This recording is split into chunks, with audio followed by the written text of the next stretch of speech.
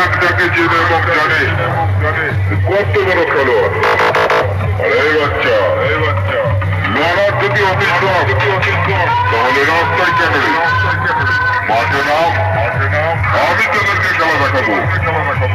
আমি জামালপুর নতুন গ্রাম পূর্ব বর্ধমান জেলার নাগরাজ।